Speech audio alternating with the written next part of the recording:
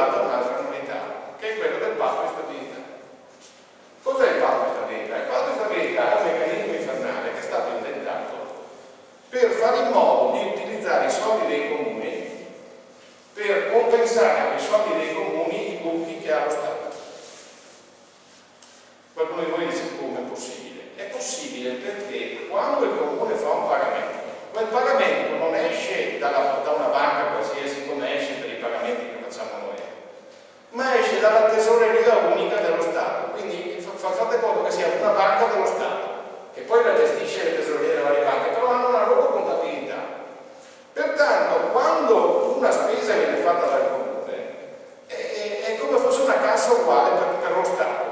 Quindi loro hanno fatto in modo che le uscite del comune diminuiscano il più possibile, a volte non pagando neanche i fornitori. Cioè hanno detto: tu hai i soldi ma non li spendi, glieli dai l'anno prossimo, perché fino al 31/12 ti metto un ostacolo che se tu non hai tanti soldi in cassa quando c'è quell'ostacolo, tu non senti il patto di stabilità e quindi ti metto delle altre sanzioni.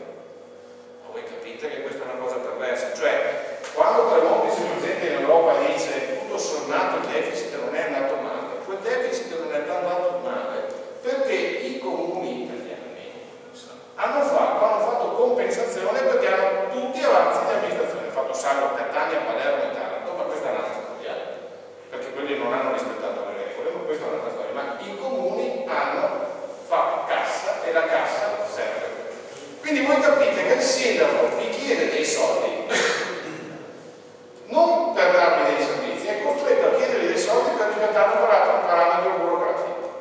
Se voi dite questo a un leghista, il leghista vi dice: ma è l'Europa che ci chiede il patto di stabilità. Vale?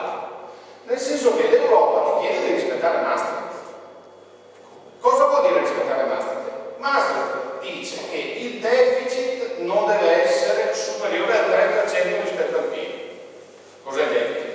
Cioè la differenza fra le spese e le entrate nel corso dell'anno non può essere che le spese siano fatto il saldo, che quel saldo negativo non sia superiore al 3% rispetto al prodotto interno lordo. Primo parametro.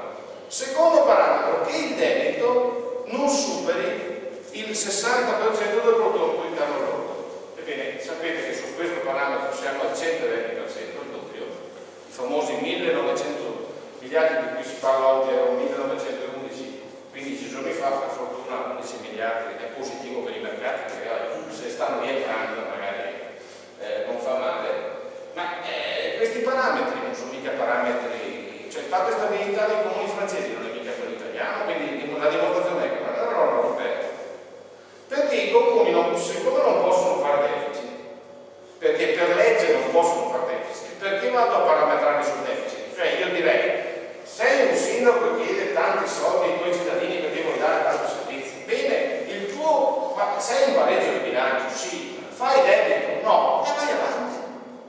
Perché se io ho un'amministrazione che vuole dare più servizi, perché vuol fare il modello scandinavo e riesce a darli, i cittadini sono contenti di dare i soldi ed avere i servizi, non lo posso fare, capite che è assurdo?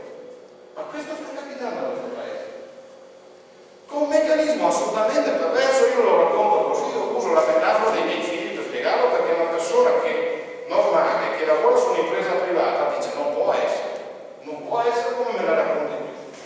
E invece me la racconto com'è, perché facendo questo esempio, cioè, siccome ti dicono hai un saldo alle spalle, quel saldo lo devi migliorare, allora cosa succede? Io uso questa metafora, io ho due figli, uno che va molto bene a scuola e uno che si accontenta della sufficienza. È come se io dicessi ai miei figli, questo è il patto di stabilità: guardate ragazzi, che se non migliorate il voto a fine settimana, ogni settimana, io non vi do la paghetta. E a un certo punto il figlio, quello che va bene, dice: papà, io non riesco mica più a migliorare. Mentre quello che ha la sufficienza sì. Siccome tu devi sempre migliorare